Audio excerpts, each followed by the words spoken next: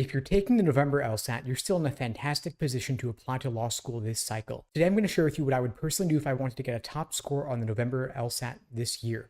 For those who don't know me, my name is Steve Schwartz. I've been teaching the LSAT since 2005, and I personally increased my LSAT score from a 152 to a 175 on LSAT test day. Now, I'm going to assume when you're watching this, you probably have roughly 3 months between now and the November LSAT, maybe a little bit more. And I'm also going to assume that you're not brand new to the LSAT, but you've been studying for at least a little while. One thing you want to remember is that not every question on the LSAT is equally important. Some show up more frequently than others. Most notably, there are 2 scored logical reasoning sections and only 1 scored reading comprehension section. And so what you don't want to do is just work through systematically every section and every question type when you're building your foundation. You want to devote more time to logical reasoning because any gains you make in your understanding of logical reasoning will be doubled since it's on 2 sections of the LSAT. And within logical reasoning, there are roughly 15 different types of logical reasoning questions, but some are more frequently showing up than others. The most common types are necessary assumption, inference, and flaw. So you want to master these before you focus on the less common types and the ones that hardly ever show up. Everyone hates parallel reasoning questions and everyone loves to hate parallel reasoning questions, but there are only a couple per section, and they are oftentimes quite time consuming because they contain more words than other questions do. So I wouldn't want you devoting disproportionate time to these questions since they just aren't that common. You want to make sure that you are clear on the difference between necessary assumption and sufficient assumption questions. You want to make sure that you're also clear on the difference between must be true questions and most strongly supported questions. And you also want to make sure that you're clear on weakened questions versus flaw questions. LSAT prep is all about distinctions. LSAT wants to test your ability to recognize small nuances and arguments and nuances between different questions that they're asking you to solve. So make sure that you're not just looking at, okay, I have trouble with strengthening questions, I'm going to drill a bunch of strengthening questions in a row.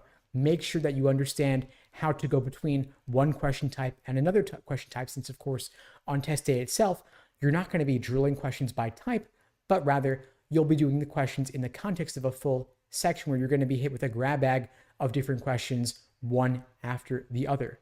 Students love to drill questions. Oftentimes, they're a little bit scared of doing timed work, but the LSAT, of course, is timed, and it's also not just individual timed sections. It is also, of course, going to be a full-length timed exam with 2 sections back to back, a 10-minute break, then 2 more sections back to back. And so if you're worried about delaying or procrastinating doing your timed tests, you want to make sure that you have a strong structure to your LSAT prep. You want to have ideally a day-by-day LSAT study plan, which is why at LSAT Unplugged, we create these personalized day-by-day study plans for all of our students, no matter when you're taking the LSAT. So if your LSAT test is 86 days away and you're working full time, we'll create a plan just for you. If your LSAT is 95 days away and you're in school full time and you have young kids, we'll create a study plan for you as well. Whatever your situation, we map it out for all of our students, whether you're in our small group classes or our one-on-one LSAT coaching programs. If you're interested in finding out more, you could check out the links below to book a call with me and my team. We'd be glad to help you out. Now, we can divide LSAT prep, broadly speaking, into 3 major phases: accuracy, pacing, and endurance. Accuracy is drilling questions by type. Pacing is doing individual timed sections to work out how best to allocate your time over the course of the section and work out your rhythm so that you have this internal sense of where you are in the section and where you need to be as the test goes forward. And of course, we're pulling it all together with endurance, doing full-length timed practice tests. Ideally, you want to have at least 10 of these under your belt so that test day itself will feel like just another run-through. At the time of recording right now, you've got the time between now and test day to do 10 full practice tests, even at the rate of 1 exam per week, along with, of course, detailed review of that exam.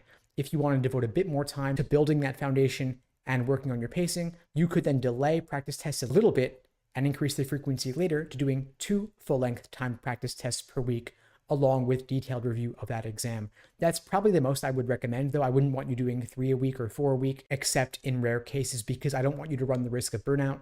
Burnout is real, it's a problem, and you want to go into test day feeling fresh, cool, confident, and ready to crush that exam. I'm also going to recommend that you do all your practice tests in LSAC's Law Hub Advantage platform because it's the only platform that's going to look and feel exactly what test day itself is going to be like using Prometric. Books are not similar.